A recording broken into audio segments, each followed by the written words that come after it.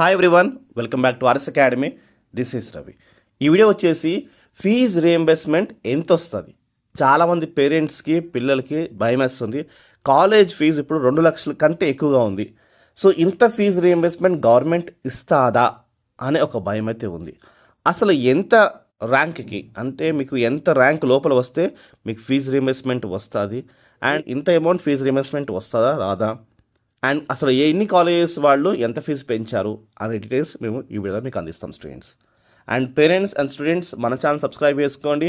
మీ doubts clarify అవుతాయి, proper guidance వస్తుంది.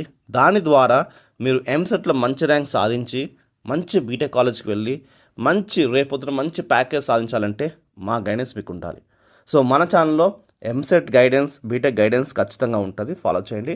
ఎవరికైనా పర్సనల్ గైడెన్స్ కావాలి అంటే మీకు డౌట్స్ కానీ ఎంసెట్లో మీరు ఎలా ఉన్నారో చెక్ చేసుకోవాలి, ఇంకా ఏం చేస్తే మంచి ర్యాంక్ వస్తుంది, ఇలాంటి గైడెన్స్ కావాలి అన్నా, అండ్ ఎంసెట్ గైడెన్స్తో పాటు రేపొద్దున మీకు కాలేజ్ సెలెక్షన్స్లో గైడెన్స్ కావాలన్నా మన ఒక గైడెన్స్ మీకు ఇస్తాము స్టూడెంట్స్. దానికి సంబంధించిన డీటెయిల్స్ అనేవి కింద ఇచ్చాను చూడండి, మా నెంబరు అండ్ డీటెయిల్స్ ఇచ్చాను చూడండి. మీకు నచ్చితే పర్సనల్ గైడెన్స్ తీసుకోండి. ఓకే, ప్రజెంట్ ఇంజనీరింగ్ కాలేజెస్ వాళ్ళు ఫీజు అయితే 2 లక్షల పైగా ఫీజు పెంచేశారు.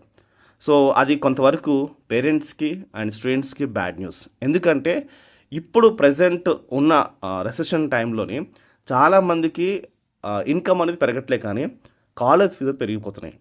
ఇక్కడ చూడండి, 2,23,000 ఫీజు అయితే పెంచారు. చూడండి, మీకు లిస్ట్ చూపిస్తుంది చూడండి. ఇక్కడ చూడండి, ఇది లిస్ట్. ఇక్కడ మీకు 11 కాలేజీలు ఉన్నాయి.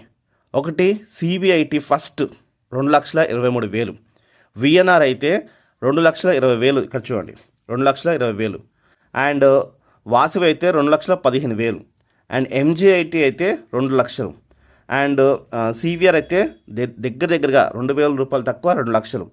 అండ్ ఇంకా చూడండి, మనకి ఎంవిఎస్ఆర్ 1,60,000, మాతృశ్రీ 1,02,000, జేబీఐటీ అయితే 1,15,000.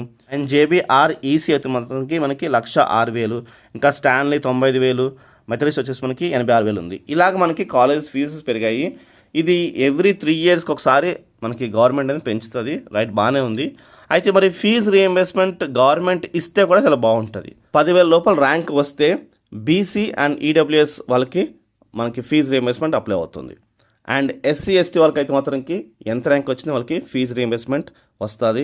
And Christian minority, Muslim minority వాళ్ళకి కూడా ఫీజు రీఎంబర్స్మెంట్ ఎంత ర్యాంక్ వచ్చినా వాళ్ళకి వస్తుంది. ఎవరైతే గవర్నమెంట్ కాలేజ్ పాస్ అయ్యి ఇంటర్మీడియట్ స్టూడెంట్స్ బయటకు వస్తారో వాళ్ళకి కూడా ఫీజు రీఎంబర్స్మెంట్ అప్లై అవుతుంది.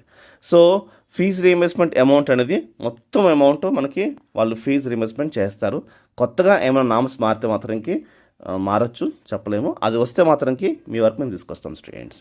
సో వీడియో లైక్ చేసి మీ ఫ్రెండ్స్కి షేర్ చేయండి. అండ్ కింద డిస్క్రిప్షన్లో ఇచ్చిన డీటెయిల్స్ ఒకసారి చూడండి. మీకు నచ్చితే మమ్మల్ని కాంటాక్ట్ అవ్వండి. బాయ్.